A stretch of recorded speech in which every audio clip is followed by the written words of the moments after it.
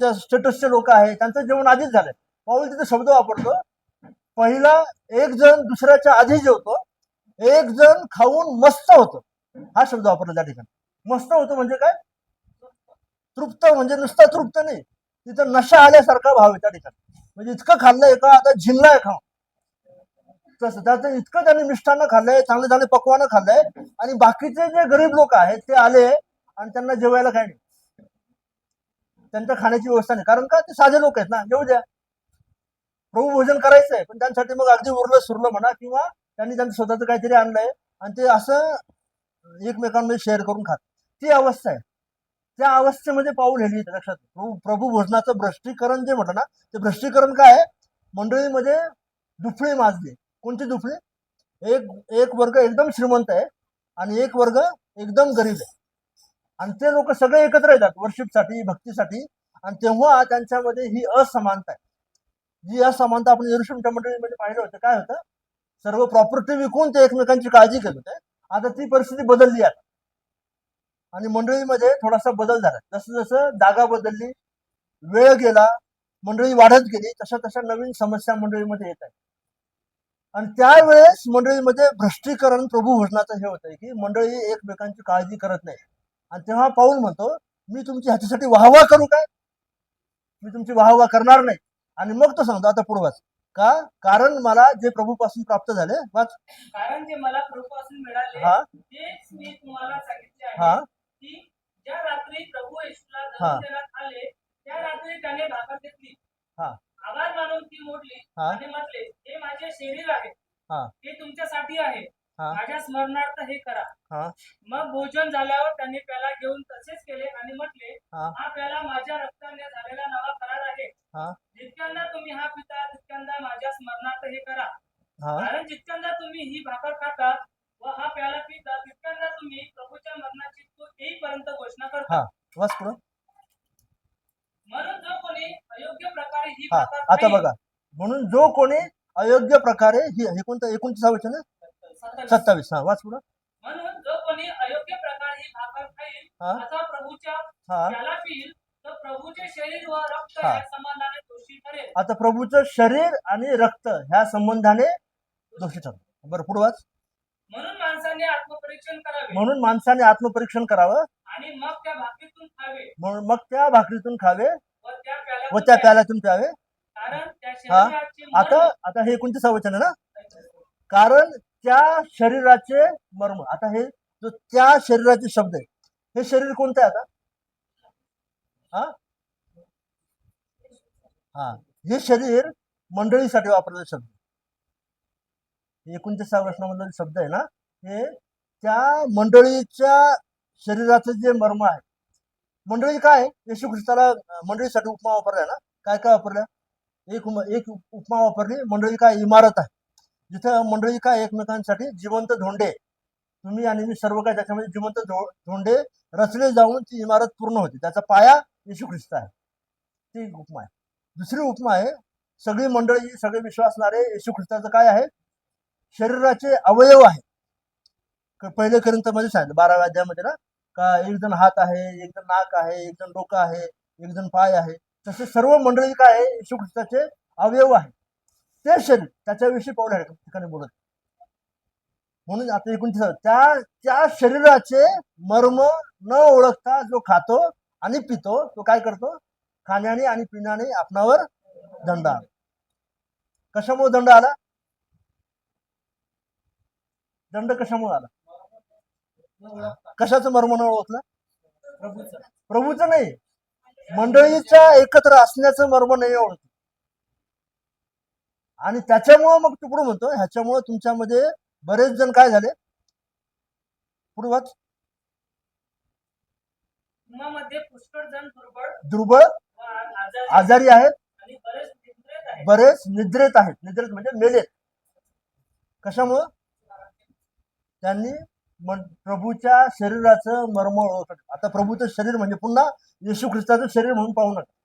येशू ख्रिस्ताची मंडळी तिचं मर्म न ओळखलं म्हणून ते आजारी पडले, ते दुर्बळ झाले आणि त्यांच्यातले मरण पावले.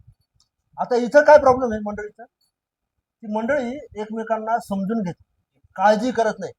गरिबांकडे दुर्लक्ष, पुन्हा बघा, गरिबांकडे दुर्लक्ष करत, त्यांच्याच मंडळीमध्ये जे विश्वासदार आहे त्यांच्याकडे पाहत नाही. मी तर सन्मान करत नाही म्हणून ते एकमेकांना सन्मान देत नाही.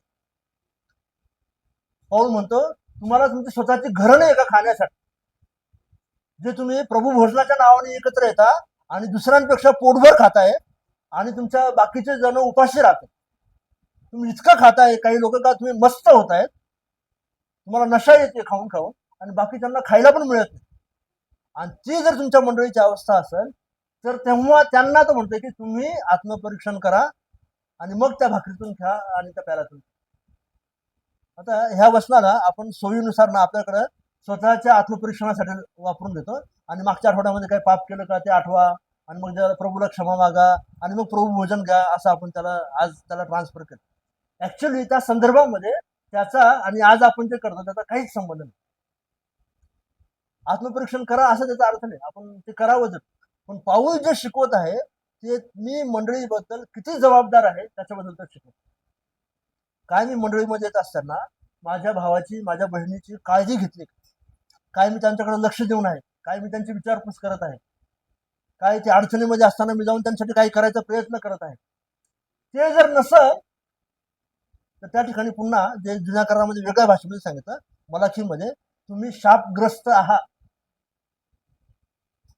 तो शब्द तुम्ही इथे लावू शकता. जे जुन्या करारामध्ये देवाची अपेक्षा होती इस्रायल लोकांकडून, त्यांनी देशामध्ये करावं एकमेकांविषयी, आता ती अपेक्षा देव मंडळीकडून करत आहे, त्यांनी मंडळीमध्ये करावं आणि त्यांनी एकमेकांची काळजी करावी आणि ते मॉडेल तयार करावं. ते त्यांनी दाखवावं लोकांना की बघा, ख्रिस्ती मंडळी, ख्रिस्ताचं शरीर काय असायला पाहिजे, त्याच्यासाठी द्या, त्याच्यासाठी तुमच्या देणगी असू द्या म्हणून तो सांगा. बरं, मग आता आपण हे सगळं पाहत असताना आता जे नवीन करारामध्ये, म्हणून मी पाऊल शिकवतो, प्रेषित शिकवतात, आणि त्यांच्यामधून मंडळी काय देत होती ते मी सांगितलं.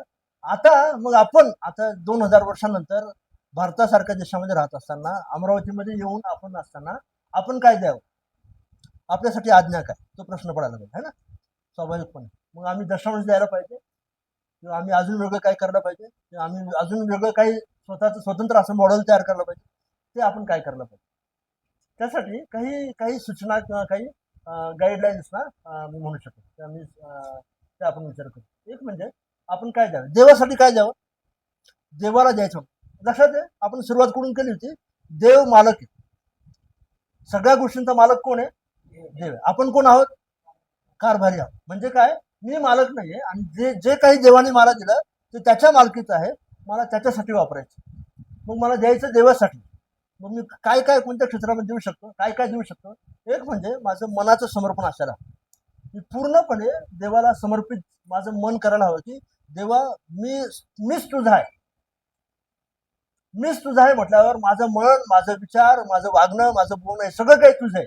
आणि ते जर तुझं असेल तर मग मला दुसरा काही ऑप्शनच नाही. तुझ्याशिवाय माझ्या जीवनामध्ये प्रथम स्थान कोणाचंच असू शकत, ते पहिल्यांदा सेट करायला पाहिजे.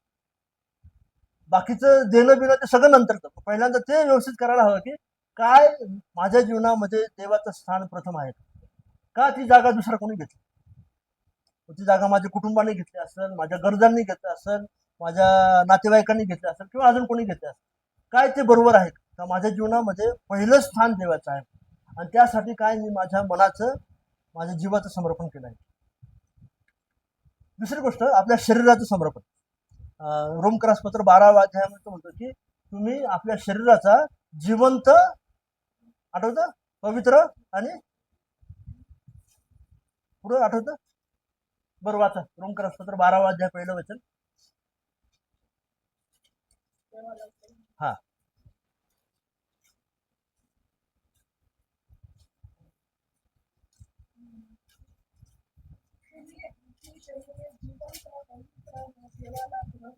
हा, यज्ञ म्हणून समर्पण.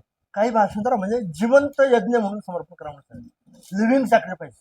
सॅक्रिफाईस काय शब्द आहे, आठवतं, सॅक्रिफाईस काय, अर्पण काय, यज्ञ काय, यज्ञात मध्ये काय होतं, यज्ञ कसा करतात, आपल्या भारतामध्ये पण यज्ञ करतात, यज्ञ कसा करतात,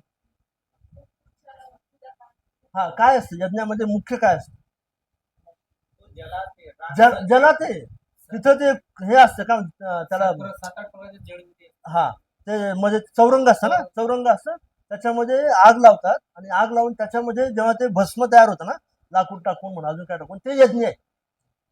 आणि जेव्हा प्राण्यांचं यज्ञ करायचं तेव्हा काय तिथं प्राणी त्या यज्ञामध्ये अर्पण करून त्याला जाळायचे त्या ठिकाणी, त्याला यज्ञ म्हणतात. यज्ञ म्हणजे फक्त गळा कापला यज्ञ, तो यज्ञ नाही. पाऊल या ठिकाणी तुम्ही तुमच्या शरीराचा देवाला जिवंत, अजून काय पवित्र आणि ग्रहणीय, म्हणजे त्याने ग्रहण करू शकल असा, त्याला मान्य होईल असा जिवंत यज्ञ तुम्ही करा देवाला. म्हणजे तुम्ही जिवंतपणेच हे शरीर देवाला अर्पण करून टाका. त्याच्यानंतर त्याच्यामध्ये तुमचं स्वतःचं असं शरीराच्या इच्छा वासना किंवा काहीच राहू शकत, तर ते आधी देवाला करा. पहिल्यांदा मन मी सांगितलं, नंतर शरीर देवाला अर्पण करा, ग्रहण यज्ञ करा म्हणून सांगितलं. आणि मग त्याच्यामध्ये माझ्या शरीराच्या ज्या पण सवयी आहेत, ज्या पण गरजा आहेत, त्याचा आपोआप त्याच्यामध्ये विल्हेवाट लागून. जेव्हा मी माझ्या शरीराचा यज्ञ करून टाकलाय तेव्हा माझ्या ज्या इच्छा आहेत, माझ्या आकांक्षा आहेत, त्या काय देवाच्या इच्छेसोबत आहेत का, ते विचार करूनच मी माझे खर्च करणार. तेव्हा माझी स्वतःची इच्छा प्रमुख नाही राहणार, देवाची इच्छा आहे का त्याच्यामध्ये, काय हे देवाला आवडेल का, ते करूनच मी माझा खर्च, माझ्या इच्छा माझ्या पूर्ण करणार. ठीक आहे. माझ्या ऑफकोर्स जर हे सगळं करत आहे तर माझा पैसा, माझी मालमत्ता, माझी संपत्ती, प्रॉपर्टी, ते पण देवासाठी आहे, तुम्ही समजून घ्या. मग दशांश कुठे द्यावा, किती द्यावा, कुणाला द्यावा, हे सगळं त्या ठिकाणी आपण लावू शकतो. नाही एक नियम किंवा एक अजून इन्स्ट्रक्शन ना पाऊल देतो, वचनाची सेवा करणाऱ्यांना दुप्पट सन्मान द्या म्हणून सांग. आता मी काल एक संदेश ऐकत होतो आणि त्या ठिकाणी ते सेवक म्हणते, इथले भारताचे नाही, अमेरिकेचे, म्हणजे भारतामधले तर आपण विचारूच शकत नाही, अमेरिकेचे सेवक होते. त्यांचं म्हणणं होतं, आपल्या सेवकांची जी दुर्दशा आहे, अमेरिकामधला सेवक म्हणत आहे, आपल्या सेवकांची जी दुर्दशा आहे त्याला कारण काय आहे, कारण मंडळी देत नाही. आणि मी ऐकून विचार करत होतो, हा अमेरिकेतला माणूस असा म्हणतो, तर मग भारतातल्या लोकांनी काय करायचं. भारतातल्या सेवकांचं तर तुम्ही सांगूच शकत नाही अशी कंडिशन. कारण आपण हे विसरून गेलो सर, किंवा आपले लोक हे विसरून गेले का आपण आपल्या सेवकांना कसा सन्मान द्यायला, जे आपल्याला शिकवतात त्यांची आपण कशी काळजी घ्यायला, ते बऱ्याच आपल्या लक्षात नाही.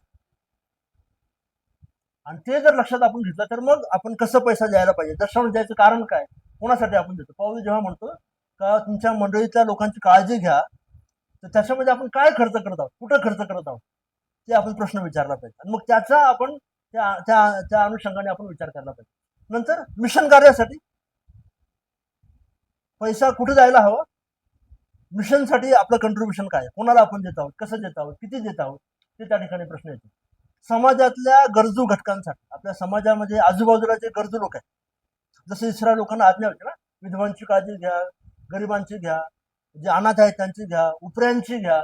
उपरे म्हणजे कोण, उपरे लोक म्हणजे कोण, हा हा नाही, ज्यांना स्वतःचं घर नाहीये, ते अगदी दुसऱ्या देशामधून राहिले त्यांना पण उपऱ्यामध्येच येतात ते. पण असे सर्व लोक ज्यांना स्वतःचं व्यवस्था नाही, तशा लोकांची काळजी करा म्हणून. आणि जसं आपण डिस्कस करतोय, मंडळीमधल्या गरजू लोकांसाठी, छळास सामोरे जाणाऱ्या लोकांसाठी, जे आज विशेष करून आपल्या भारतासारख्या देशामध्ये सुवार्थ सांगतात म्हणून खूप मोठ्या छळाला त्यांना सामोरं जावं लागतं, त्यांच्या गरजांबाबत काय, त्यांच्या गरजा कोण पूर्ण करतात. नंतर हे सगळं करत असताना माझ्या वेळेबाबत काय, वेळेचं समर्पण कसं करायचं, माझा वेळ मी किती वापरतो देवासाठी, किती ठिकाणी माझा वेळ फालतू ठिकाणी मी खर्च करतो. आणि हे तयारी करत असताना मला एक नवीन गोष्ट समजली, मला आजपर्यंत माहिती नव्हती. आपण आपल्या मोबाईलमध्ये ॲपचं टायमिंग सेट करतो, तुम्हाला माहिती का नाही मला माहिती आहे तुम्हाला. कसं करायचं, आपल्या मोबाईलचं ॲपमध्ये आपण टाइम सेट करू. मी माझ्या मोबाईलमध्ये केलं आता. माझ्या मोबाईलमध्ये युट्यूबवर रील्स बघण्यामध्ये बराच वेळ जात होता, लक्ष नाही दिलं तरी आपोआप जात होतं. पण मी त्या परवा 2 दिवसापूर्वी हे समजल्यावर मी विचार करत असताना माझ्या त्या युट्यूबमध्ये जाऊन त्याचा टाइम सेट केला, 1च तास दिवसामध्ये, 24 तासामध्ये मी पाहिजे जास्तीत जास्त म्हणून. आणि त्याच्यानंतर काय मी ट्राय करून पाहिलं, 1 तास झाला का युट्यूब बंद होऊन जातो, किती करावं ओपन होत नाही. माझा वेळ कुठं खर्च करत नाही, मग तो मोबाईल असेल किंवा अजून माझ्यासाठी तुमच्यासाठी दुसरं काहीतरी असेल, कुठं मी वेळ खर्च करत, आणि तो वेळ मग मी कसा वाचू शकतो त्याचा विचार करायला पाहिजे. हे सगळं देण्यामध्ये मला सांगतो फक्त पैसा ही बाब देण्यामध्ये नाही, या सर्व गोष्टी देण्यामध्ये माझा वेळ मी कुठं खर्च करत आहे, कोणासोबत खर्च करत आहे, कसा खर्च करत आहे, ते सगळे विचार त्याच्यामध्ये यायला लागले. अजून माझे कौशल्यांचं समर्पण, जर मला काही दान दिले देवाने, काही गिफ्ट्स आहेत, ते मी कुठं वापरत आहे, कसे वापरत आहे, त्याचा विचार करायला हवा. ते मी कसं देऊ शकतो. आपल्या संपत्तीचं, पृथ्वीवर आपलं जे पण आहे ते सगळं देवाचं आहे हे जर आपण समजून घेतलं तर त्याच्याबद्दल आपल्याला कधी आहे ना घमंड करायची इच्छा नाही होत. माझ्याकडे गाडी आहे, माझ्याकडे घर आहे, माझ्याकडे हे आहे, ते आहे, सगळं असायला पाहिजे, पण त्याचे घमंड नाही करणार. ते सगळं देवापासून आहे म्हणून आपण देवाला धन्यवाद. जेव्हा ते माझं आहे म्हणून तयार होतं ना मनामध्ये विचार, तेव्हा त्याचा प्रौढी तयार होती मनामध्ये आणि त्याचा घमंड तयार होतो. पण हे जर देवाचं आहे म्हणून असेल तर मी त्याच्याबद्दल घमंड नाही करत. आणि ती सवय आपण आपल्या जीवनामध्ये ना लावून घेऊ शकतो. नंतर आपल्या देशाप्रती आपल्या जबाबदारी, त्याच्यासाठी मी काय करत, काय देत आहे. मग माझ्या देशामध्ये कर देणं असेल, टॅक्स देणं असेल, वेळेवर भरणं असेल, प्रामाणिकपणे भरणं असेल, न चुकवता किंवा त्याची चोरी न करता भरणं असेल, या सगळ्या गोष्टी त्याच्यामध्ये. ख्रिस्ती म्हणून आपण चोरी नाही करू शकत. लक्षात, मग ती टॅक्सची असो किंवा दुसऱ्यांच्या वस्तूंची असो, चोरी करायची नाही. 10 आज्ञामध्ये एक आज्ञा आहे ना, तर ती आज्ञा आज पण लागू आहे. मला सांगा, मी कोणत्याच प्रकारे चोरी नाही करू शकत.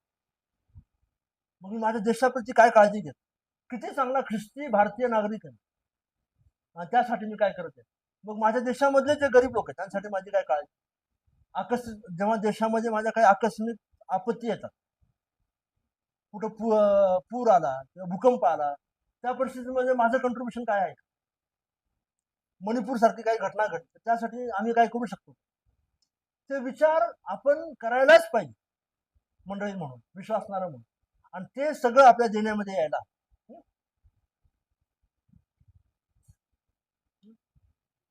मग सांगितल्याप्रमाणे ही वचनं आपण सुरुवातीला सांगितले होते ना, कारभारी म्हटलं की तो विश्वासू असलाच पाहिजे.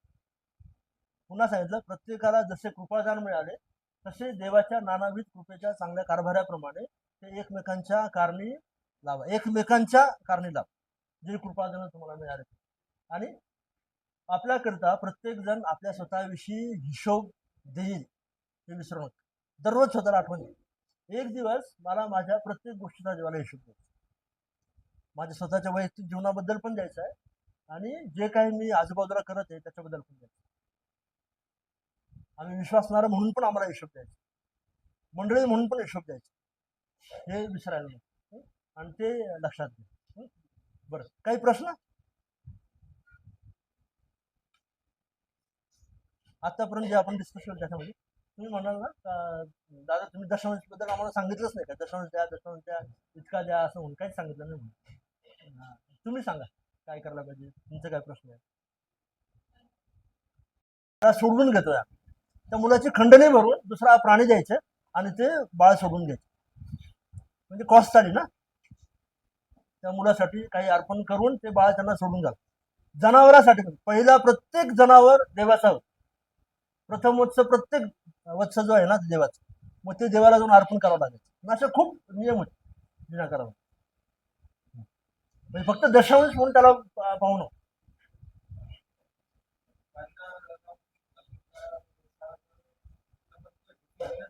डिसिप्लिन नाहीये. काय फरक, काय नेमका कसा फरक वाटतो नेमका जुना करार नवीन करारामध्ये देण्यामध्ये नेमका फरक काय. जुन्या करारामध्ये तो नियमच लागतो, तुम्हाला द्यास लागतो. हा म्हणजे काहीतरी नियम असतात. हा नवीन करारात तसं नाही. थोडंसं हे करू शकतात. त्याच्यानं ते बिघडणीचं थोडंसं नंतर हे झालं, मंडळीमध्ये प्रॉब्लेम आला ना, हा ते झालं. पण मग जुन्या करारामध्ये प्रॉब्लेम नव्हते. जुन्या करारामध्ये त्यांनी दिलंच नाही. ज्या देवाने आज्ञा दिल्या होत्या ते सोयीनुसार, हे एवढं परवडतं एवढं द्यायचं, बाकीचं करायचं नाही. अर्पण द्यायचे, पण जमीन हे करायचं, जमिनीला शाबास द्यायचा, ते पाळायचं. गरिबांकडे, विधवांकडे, दुर्लक्ष केलं चालून जाईल, देवाला याचकाला देऊ बस झालं. हा हा हा तर मग आपण आज आपण काय करू शकतो, तेच माझं हे का, जुना करार नवीन करार पाहत असताना आपल्यासाठी आज आपण काय पाहू शकतो. बरं, हा अजून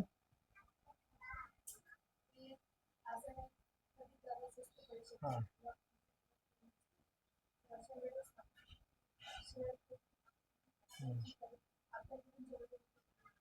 बरं त्याला हे जे आहे, ते पॉसिबल नाही आहे आजच्या काळात. हा कारण की आपण बघतो इथं असल्यावरच आपण थोडंफार शेअरिंग करतो, घरी गेले की विसरून जातो. हम्म, सगळे आपापल्या कामात बिझी जातात. फोन पण नाही लावत, कोणी विचारत. हम्म. त्याच्याने ते पॉसिबल मग प्रॉब्लेम काय नेमका म्हणजे त्याच्यावरच तर डिसिप्लिन पाहिजे ना. नाही प्रॉब्लेम काय मग हा देण्याबद्दलचा हा प्रॉब्लेम देण्याबद्दलचा आहे का अजून दुसरा काय प्रॉब्लेम दुसरा पण प्रॉब्लेम आहे तो आपल्यामध्येच आहे ना. कारण की आपण ते डिसिप्लिन जे आहे, जसं की आपण जे आता जसं शेअरिंग करतो, हा ते आपण नंतर घरी गेल्यावर आपण आपल्या कामात व्यस्त होऊन जातो. हा त्यानंतर आपल्या डोक्यातून ते पण निघून जाते की बरं. आपण कोणाला फोन लावला पाहिजे, कोणाचं ते करायला हा मग पाहिजे. प्रॉब्लेम काय असं न होण्यामागे प्रॉब्लेम काय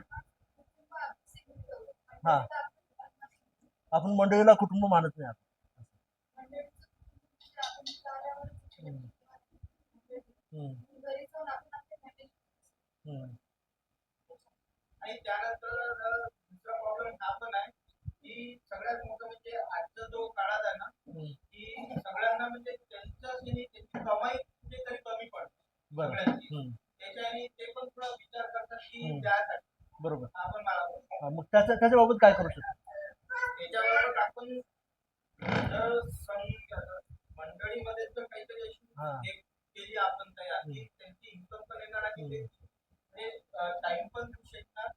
आणि नंतर जर मंडळी टाइम पण देऊ शकणार आणि ते इन्कम सोर्स त्यांचा कुठेतरी वाढला, कुठेतरी जर आपल्या मंडळीतर्फे जर वाढला आणि ते तसे म्हणून आपला टाइम नाही पण माझी इच्छा आहे हे डिस्कशन व्हायला पाहिजे खूप चांगलं डिस्कशन व्हायला पाहिजे आणि खूप ह्याच्यातून मुद्दे बाहेर येतात आता जस्ट आपण सुरुवात केली मला जस्ट काही एक दोन गोष्टी सांगून मी नंतर थांबतो आता हे जे प्रश्न आहेत ना खूप प्रॅक्टिकल प्रश्न आहे म्हणून त्याला आपण डिस्कस करायला पाहिजे महत्वाची गोष्ट मी नियम सांगून तुम्हाला असं करा म्हणून सांगून मी इथून जाऊ शकतो पण ते पुरेसे नाही मला सांगून एकतर कारण दशांश देणं म्हणजे तुम्ही 10% द्या आणि मुक्त व्हा असं काही ते जादूची गोष्ट नाही किंवा टॅक्स नाही या दशांश म्हणजे हा टॅक्स नाही आणि देऊन टाका बाबा एकदाचा कटकट मोकळं करा म्हणून असं नाही दशांश द्यायचं का बरं कारण मी फक्त कारभारी आहे आणि देव मालक आहे म्हणून त्यासाठी मी देतोय ती पहिली गोष्ट आहे मग त्याच्यामुळे दशांश देणं हे फार नंतरची गोष्ट त्याच्यामध्ये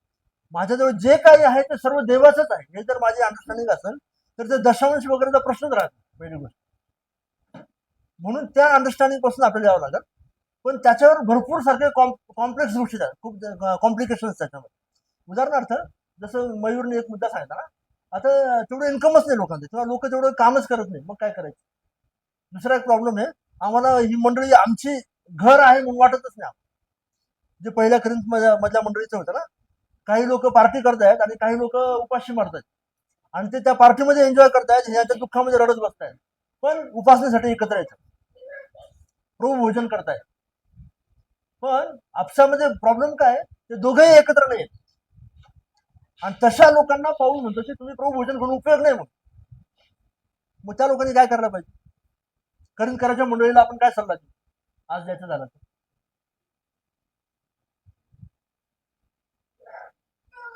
काय सांगू करीन करायच्या मंडळीला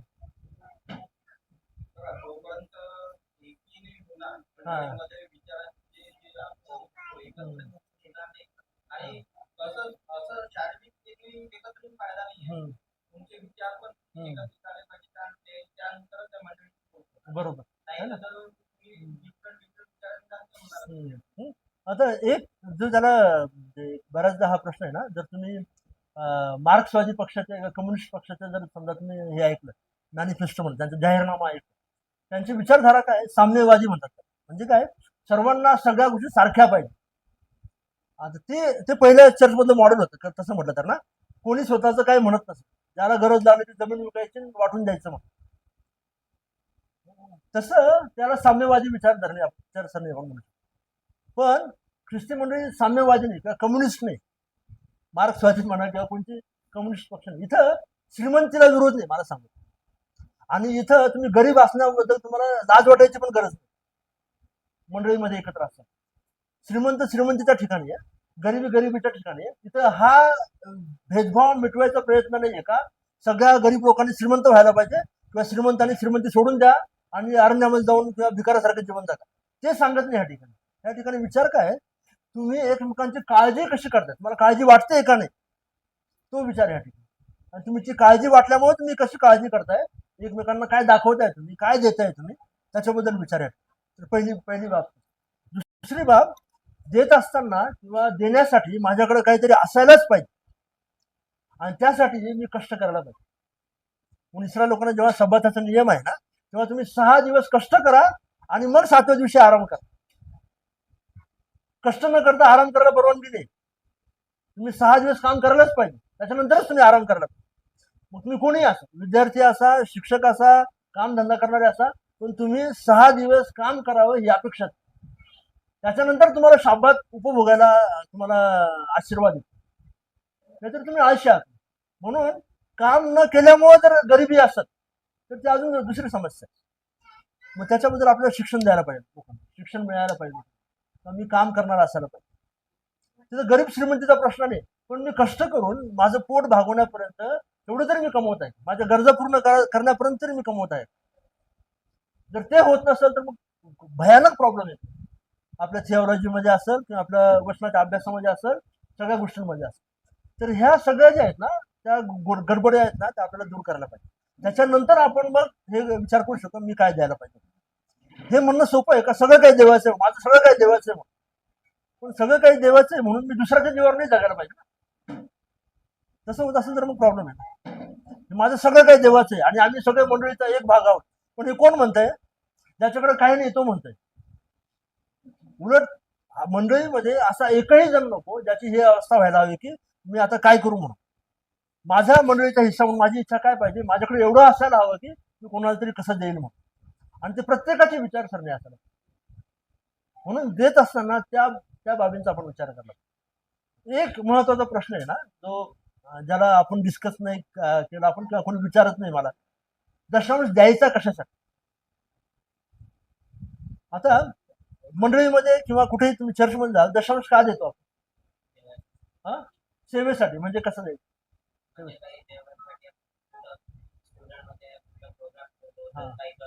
हा म्हणजे विशेष करून आपण जे सेवा कार्याची ज्या गोष्टी त्यांसाठी आपण देतो असे गृहीत धरतो आपण बऱ्यापैकी बहुतेक करून त्यासाठी किंवा त्याच्यावर ज्या निगडीत गरजा आहे त्या देण्यासाठी आपण द्यावं. म्हणजे सेवा कार्य असेल किंवा काय असेल, मंडळीमध्ये असेल, चर्चमध्ये असेल तरी दशांश द्यासाठी चर्चच्या ज्या गरजा आहेत त्या पूर्ण व्हायला पाहिजे. ती बेसिक अंडरस्टँडिंग. पण त्या गरजा पूर्ण करत असताना कधी कधी आपण त्याच्यामध्ये ह्या ज्या बाकीच्या ज्या गोष्टी आहेत ना त्या आपण त्याच्यामध्ये घेतच नाही. कधी कधी काही मंडळ आहे त्यांच्याकडे ना करोडोचा पैसा आहे, दशांश घेऊन किंवा काही करून, पण त्या पैशाच ते करतात काय, त्या पैशाला ते डिपॉझिट ठेवून देत आहेत मंडळ बँकेमध्ये आणि ते डिपॉझिटवर व्याज कमवून ते त्यांचं आहे ना अजून पैसा वाढवत आहेत. त्यासाठी पैसा नाही. मला सांगू मंडळीमध्ये देणं त्याचसाठी नाही का तुम्ही व्याज कमवा आणि अजून त्याच्यावर आहे ना जास्त पैसा कमवत राहा. मंडळीतला मधला पैसा कशासाठी आहे, देवाच्या नावाने तो पैसा वापरला जायला हवा आणि त्यासाठी द्यायचं.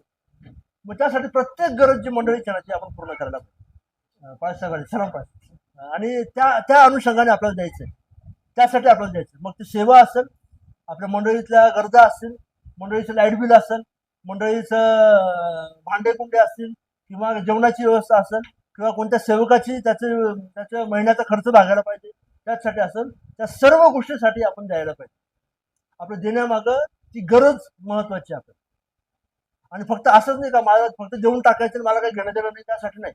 मला गरज माहिती आहे त्या कारणाने मी देते. म्हणून त्या सगळ्या गोष्टी मग सेवा कार्य आलं, मंडळीच्या गरजा आल्या, सेवकाच्या गरजा आल्या, गरीब लोकांच्या गरजा आल्या, गरजूंच्या गरजा आल्या, आपल्या देशामधल्या विपत्ती आल्या, ह्या सगळ्या कारणांसाठी मला द्यायचंय. म्हणून तिथं दशांशचा नियम नाही. मला सांगतो हा जुन्या करारामधला एका विशिष्ट परिस्थिती मलाखीच्या पुस्तकामध्ये विशिष्ट परिस्थितीमध्ये देवाण दिलेली आहे, जी नवीन करारामध्ये आपण तशा पद्धतीने पाहतो. हा एक बऱ्याचदा लोक सांगतात नवीन करारामध्ये कुठंच दशांशाविषयी शिकवलं नाही म्हणून. दशांशामध्ये शिकवले, इव्हन येशूने पण शिकवले. एकदा पुरुष आणि ते लोक ना ते ह्याच्यामध्ये टाकत होते दानार्पणामध्ये आणि एक विधवा पण इथे टाकायला ना ती 2 टोळ्या टाकते आणि ते लोक खूप मोठं दान टाकतात आणि येशू म्हणतो की तिने सर्वात जास्त दिलं म्हणून.